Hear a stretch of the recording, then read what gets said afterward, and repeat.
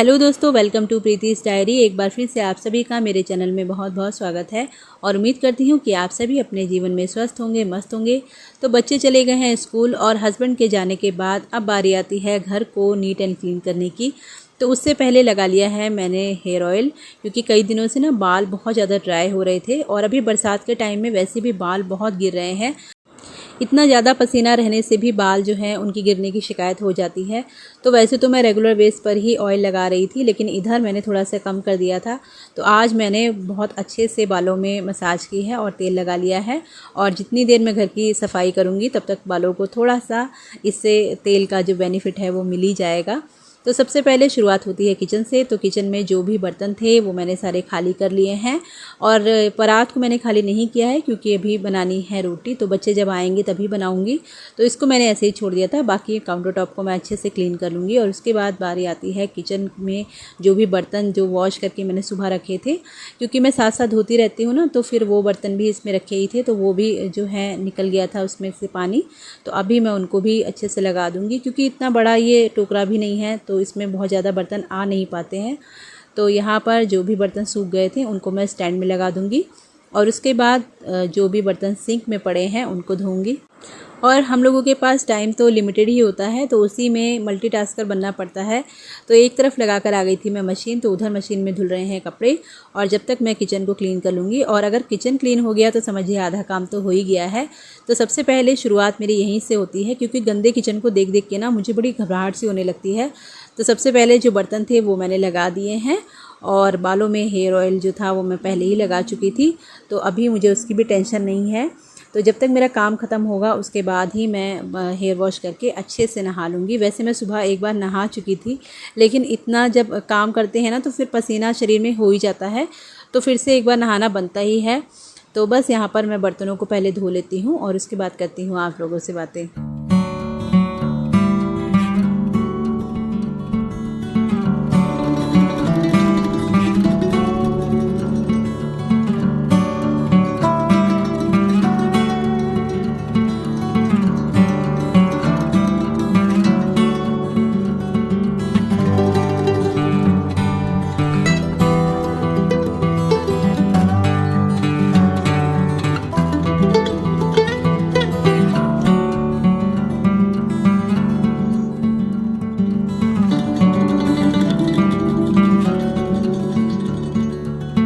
और सच में बर्तन इतने जल्दी हो जाते हैं कि पता ही नहीं चलता कि कब बर्तनों का ढेर लग गया है।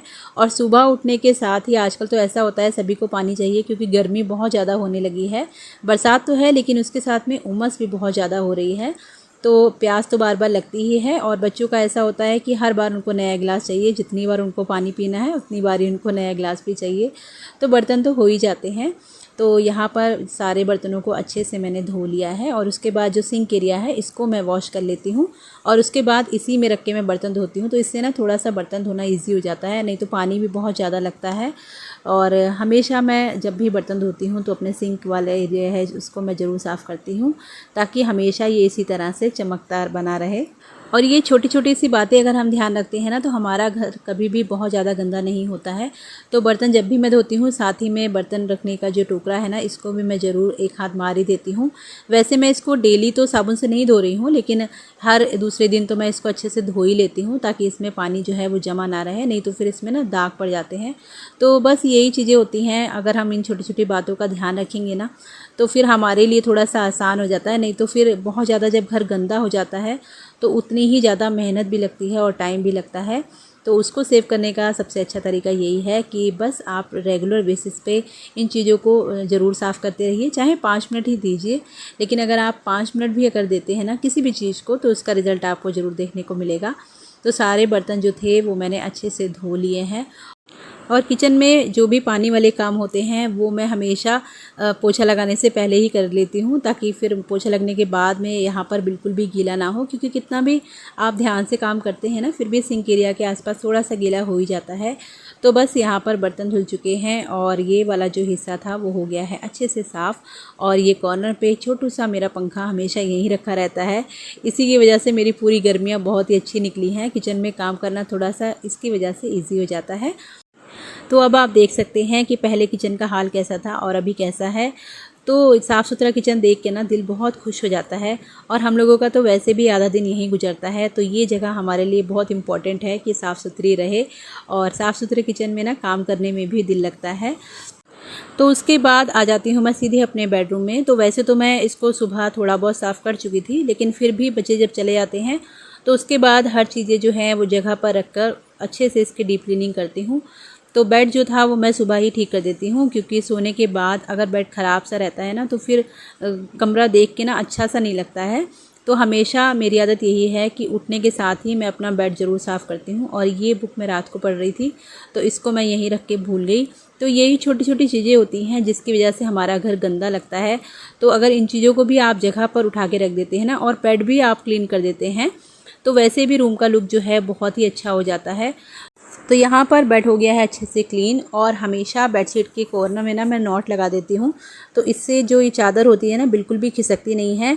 और अगर बच्चे होते हैं तो चाहे आप कितनी बार भी करिए, थोड़ा बहुत चादर वो ख़राब कर ही देते हैं, लेकिन अगर आप नॉट लगाकर आप इस तरह से रखेंगे ना तो बिल्कुल इस पर अच्छे से ये सेट हो जाती है। और किसी दिन ना मैं आप जब दोबारा दूसरी चादर चेंज करूँगी तो फिर मैं आपको अच्छे से दिखाऊँगी कि मैं इसको कैसे बिछाती हूँ। तो उसके बाद बारी आ जाती है डस्टिंग की। तो हमेशा डस्टिंग की शुरुआत जो होती है वो मेरे बेड के साथ ही होती है और डेली बेसिस पे इतना तो मैं करती ही हूँ। तो यहाँ पर जो भी धूल मिट्टी होती है उस पर मैं एक बार हाथ मार देती हूँ। तो आज मैं इसके लिए कॉलिन का यूज़ नहीं कर रही हूँ, वैसे मैं कोई भी जो क्लीनर होता है उसको लगा के करती हूँ।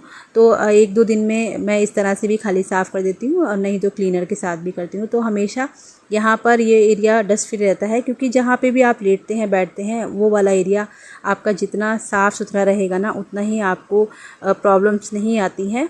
और बरसात के दिनों में तो ये बहुत ज़रूरी भी हो जाता है। तो उसके बाद बारी आ गई थी अलमारी की। तो जब यहाँ पर मैं साफ़ करती हूँ तो अलमारियों को भी साफ़ करना बिल्कुल नहीं भूलती हूँ।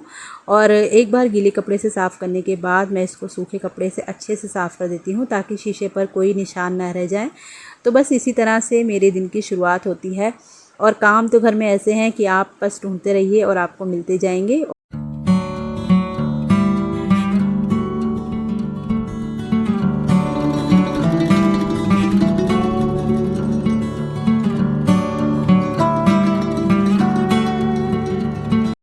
और इसके बाद बारी आ जाती है ये कंप्यूटर टेबल को साफ़ करने की, क्योंकि ये वो एरिया है जहाँ पर डेली आप काम करते हैं और हाथ लगते भी हैं। और इस समय गर्मी है तो पसीने वगैरह रहते ही हैं, तो थोड़ा सा साफ़ सफाई की ज़रूरत यहाँ पर ज़्यादा होती है। और बच्चे भी यहाँ बैठ के पढ़ते हैं तो उनके भी हाथ लगते हैं। तो ये वाला एरिया जो है इसको मैं साफ़ करना बिल्कुल नहीं भूलती हूँ। और अगर आप किसी अच्छे क्लीनर से साफ़ करेंगे ना तो कभी भी आपके घर में मच्छर मक्खी जो हैं वो नहीं होते हैं। तो कल मैंने अच्छे से यहाँ पर क्लीन किया था, तो आज बहुत ज़्यादा गंदा नहीं है। तो खाली मैं इसी तरह से एक गीले कपड़े से इसको साफ़ कर दूँगी। और ये छोटी मोटी चीज़ें ही होती हैं जो इधर उधर बिखरी होती हैं, इन्हीं को अगर आप सही जगह पर रख देंगे ना तो वैसे भी घर जो है व्यवस्थित सा लगने लगता है। और डेली बेसिस पर ये काम जब हम करते रहते हैं ना तो घर कभी भी बहुत ज़्यादा गंदा नहीं होता है। तो बस जो थोड़ा बहुत मुझे जहाँ पर भी लग रहा था कि यहाँ पर ज़्यादा गंदा है उतना ही एरिया मैं साफ़ करूँगी, क्योंकि कल मैंने बहुत ही अच्छे से यहाँ पर साफ़ किया था तो आज उतनी ज़रूरत नहीं है। तो अंदर वाला रूम सेट करने के बाद आ गई थी मैं बाहर। और बच्चों के काम आप देख ही सकते हैं, यहाँ वहाँ सब जगह उनके खिलौने पड़े रहते हैं। तो यहाँ पर सिरहाने पर बच्चों ने अपने टॉयज़ जो थे वो सजा के रखे थे।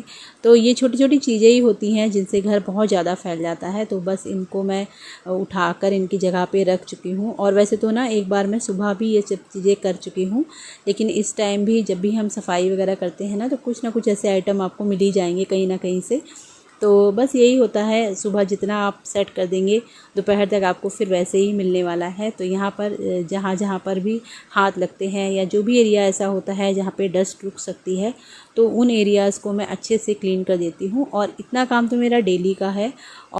वैसे तो जब डीप क्लीनिंग करती हूँ तब फिर सारा फर्नीचर निकाल कर उसके पीछे से भी सफाई करनी होती है, लेकिन इतना हिस्सा जो होता है जहाँ पर हमारे डेली के हाथ लगते हैं या जो चीज़ें हमारे रेगुलर यूज़ में आती हैं उसको मैं डेली क्लीन करती हूँ। क्योंकि अगर बहुत ज़्यादा दिन के लिए इनको छोड़ दिया जाएगा ना तो फिर इन पर दाग धब्बे लग जाते हैं।